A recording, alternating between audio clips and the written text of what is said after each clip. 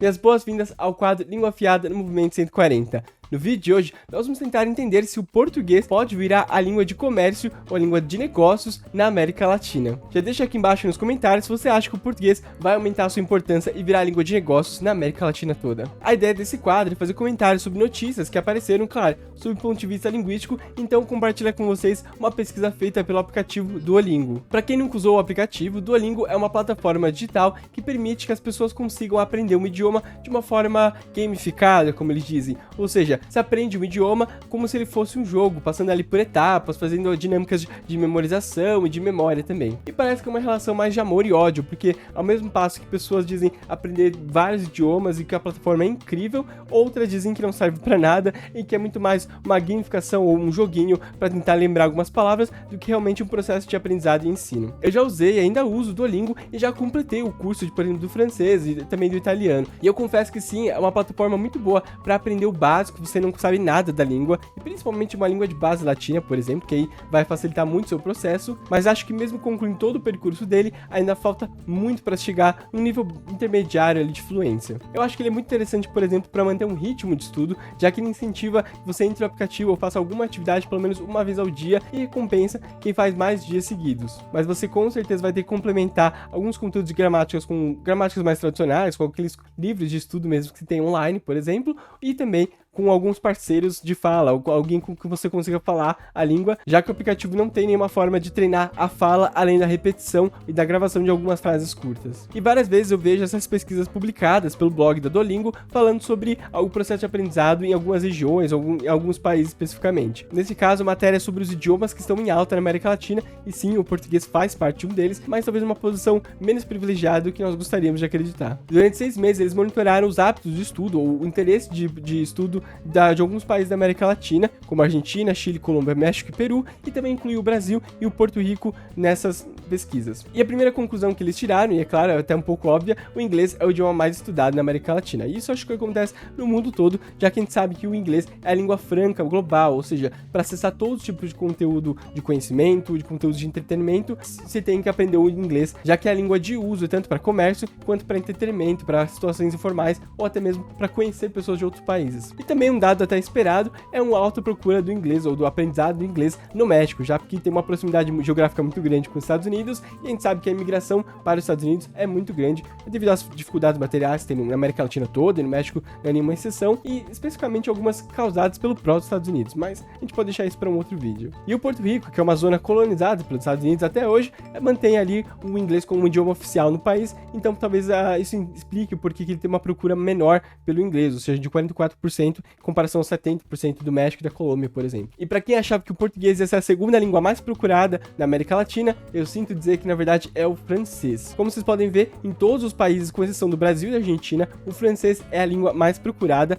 e isso não tem uma causa específica, ou pelo menos não aponta aqui nesse artigo, nessa pesquisa, a causa, o motivo deles procurar essa língua, mas eu acredito que seja pela influência cultural do francês, que já foi uma língua franca, ali pelo menos até o século XVIII, XIX, no mundo todo, até ser substituída pelo inglês, e para ter, por exemplo, mais oportunidades de estudo, para estudar na Europa, por exemplo, apesar desses países já falarem espanhol, que facilitaria a imigração para a Espanha, também ter o francês para estudar num dos países mais importantes ali da Europa, que tenha condições de ensino que talvez nos seus países de origem eles não tenham, parece sim também uma boa opção para aprender o idioma. E a gente sabe que o francês mantém ainda um certo prestígio social, né? Muitas vezes as pessoas consideram o francês como uma língua romântica, uma língua que é muito interessante de se aprender. E o que chama atenção é o italiano, sendo a segunda língua mais procurada na Argentina, mas isso não deveria ser nenhuma surpresa para quem sabe que houve uma forte imigração de italianos na Argentina, uma boa parte da população é descendente de italianos, e por conta da sua família, e até para conseguir a cidadania italiana, por exemplo, eles devem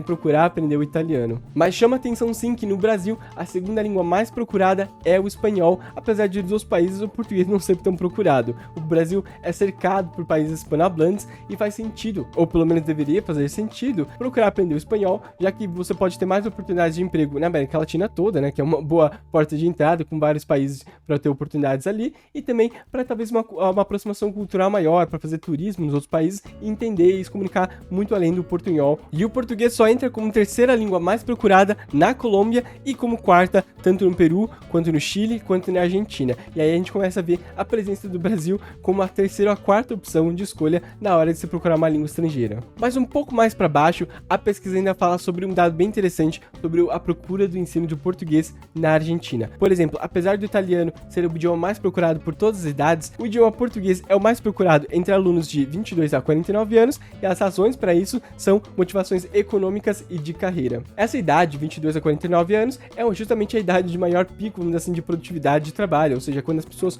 começam a sua carreira ou consolidam a sua carreira. Então, procurar o português por motivos profissionais faz sentido nessa faixa etária. Não deveria ser uma surpresa, já que o Brasil é a maior economia da América Latina e está justamente do lado da Argentina. Mas eu quero mostrar para vocês uma outra matéria que também se relaciona muito com esses dados, e a gente pode entender qual que é a posição que o português pode assumir, por exemplo, na Argentina ou em outros países da América Latina no futuro. Essa matéria que saiu na Folha de São Paulo há algumas semanas mostra que o português extrapola o turismo e evolui para a língua de negócios na Argentina. Ou seja, os argentinos têm visto o aprendizado da língua portuguesa como uma forma de mudança profissional que tem grande impacto na sua carreira. Vamos dar uma olhada, por exemplo, nas relações econômicas do Brasil e na Argentina. É claro que a partir de 1991, com a criação do Mercosul, que é um tratado econômico entre os países do Sul, ali não todos, obviamente, mas alguns, criado pelo Brasil, Argentina, Paraguai e Uruguai, e a Venezuela, que atualmente está suspensa, mas também faz parte do tratado econômico. E aqui a gente pode ver que em julho desse ano, 2023, o Brasil foi responsável por 25% das importações da Argentina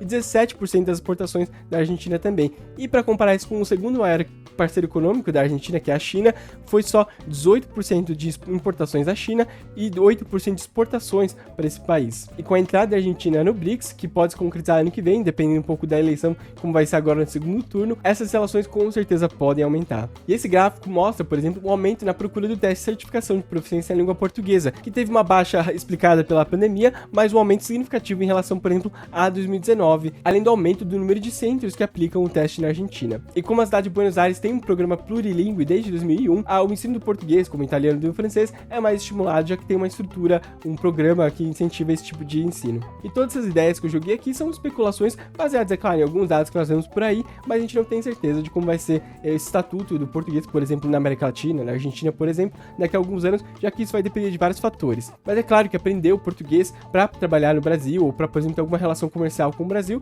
faz sentido para esse país da América Latina pela importância econômica do Brasil nesse continente. Mas eu queria chamar a atenção a uma pergunta, um comentário que eu vejo muito frequentemente nos meus vídeos, especialmente quando eu falo sobre espanhol. Muitas pessoas dizem que o Brasil não deveria se importar em estimular, por exemplo, o ensino do espanhol, já que o Brasil é a maior economia do continente e os outros países que deveriam ter o interesse de aprender a língua portuguesa para poder trabalhar no Brasil ou ter alguma relação comercial com o Brasil. E eu fico sempre muito triste ao ver esse comentário, porque para mim estimula uma ideia que é muito frequente, por exemplo, em países que são parte do grande imperialismo capitalista que nós temos, como os Estados Unidos. Nos Estados Unidos, é sabido que as pessoas não têm, geralmente, interesse na cultura alheia, na cultura dos outros países, e muito menos aprender a sua língua, já que eles se importam apenas com o estudo e com o aprendizado da sua língua, que é a língua franca do mundo. E pelo fato da sua postura imperialista, que praticamente impõe a sua forma de falar no mundo todo, e o fato dos estadunidenses não terem que aprender nenhuma língua para se comunicar com as pessoas do mundo todo, já que todo mundo já se preocupa em aprender a sua língua, isso mostra uma falta de interesse cultural nos outros e para mim é uma arrogância tremenda. E seria muito triste, para não falar pouco produtivo, estimular esse tipo de pensamento imperialista que o Brasil ainda reproduz em certa medida na América Latina, para poder dizer que os brasileiros não precisam se importar em aprender o espanhol. E isso não faz sentido nem em termos práticos. Por exemplo, será que é mais fácil 12 países da América do Sul aprenderem o português ou o Brasil, que é o único país que não fala espanhol, aprender essa língua para falar melhor, para se comunicar melhor e ter maiores relações econômicas e culturais com os países à sua volta? Além disso, não faz nenhum sentido na prática e, como eu disse antes, o interesse pela cultura do outro e estimular uma maior cultura de cooperatividade para criar mesmo uma comunidade latino-americana, por exemplo, ou sul-americana, deve ser muito mais importante do que uma suposta arrogância em dizer que não precisa se aprender uma língua, já que você tem maior poder econômico na sua região. Eu acho que os brasileiros sabendo mais espanhol e tendo maiores relações mais intrínsecas com os países ao seu lado, maior turismo, maior troca cultural, vai também estimular as pessoas a quererem aprender o português e se interessarem pela nossa língua. Mas fiquem tranquilos que ninguém vai deixar de falar o português brasileiro, porque é uma língua muito bem estabelecida na nossa comunidade e mesmo que nós tenhamos tenhamos uma comunidade totalmente bilíngue que fale espanhol plenamente para falar com os outros países da América Latina. Isso com certeza não vai impactar, ou pelo menos não vai diminuir a vontade ou o uso do português no Brasil, já que essa língua está muito bem estabelecida há séculos. Muito obrigado por ver esse vídeo até o final. Já deixa aqui seu curtir, se inscreva no canal para acompanhar mais conteúdos como este. Você também pode deixar aqui embaixo comentários e até sugestões para próximos temas. Nós estamos também no Instagram, basta procurar por Movimento.140 ou no TikTok, Movimento 140. Muito obrigado e até a próxima.